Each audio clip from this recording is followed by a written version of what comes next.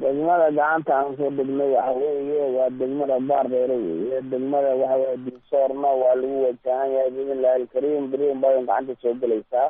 laakiin haatan waxaa si buuxda gacanta aan ugu haynaa degmada Baardheere oo ka tirsan gobolka Jilib. sidee idinku suurto gashay marka inaad degmada Baardheere gacanta ugu dhigtaan? waxay nooga suurto gashay waxa weeyaan maalmahanba waa ku wajahnayn iska caabin hadda saa olasna kalamaanan kulmin.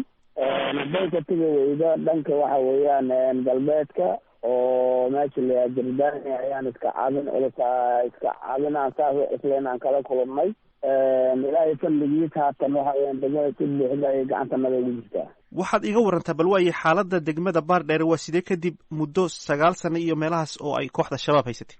xaaladda degmada hadda caadi weeye oo waxa weeyaan argagixisadii waxa weeyaan ilaahay fadligiis waa gacantooda waan ka bixinay. sida waxa weeyaan dadweynaha aan u dejin lahaynay amnigana waxa weeyaan gudahaan isugu lahaynay aan hadda aan ku howlanahay. taasna saacadaha hadda hortanada ayaan geli doonaa Allah buu. xaaladda nololeed ee dadka ku sugan degmada Baardheere haatan waa sidee?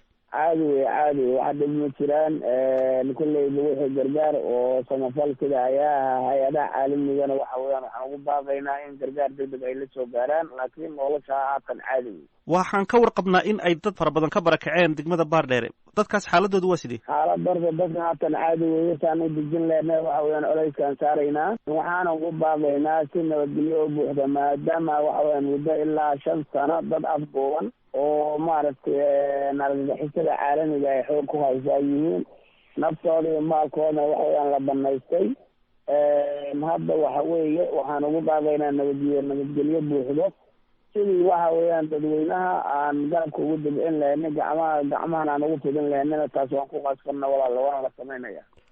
kooxda al-shabaab ee aad ka saarteen magaalada Baardheere haatan xagee ku sugan yihiin? meel hadda ay ku sugan yihiin aan ku dhihayo halkaas ay ku sugan yihiin ma jirto. laakiin meel kasta iyo goob kasta oo ay tagaanba kama hari doon sidii aan ku ciribtiri lahaynina go-aankana wey. waatay dhinaca siyaasadda maamul ahaan maxaad ka damacsan tihiin degmada Baardheere?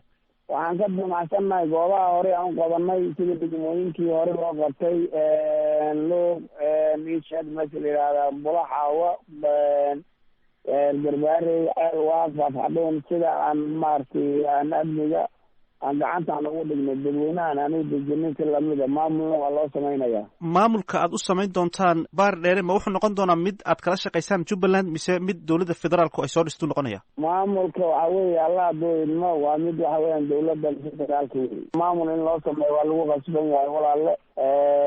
maamulna waa loo samaynayaa. waxaa meesha qabtina waxa weeyaan ciidamada qalabka sida ee xoogga dalka Soomaaliyeed iyo ciidamada amisom weeye. meel haddii la tagana in maamul laga samaynayo waa lagu qasban yahay waana laga samaynayaa.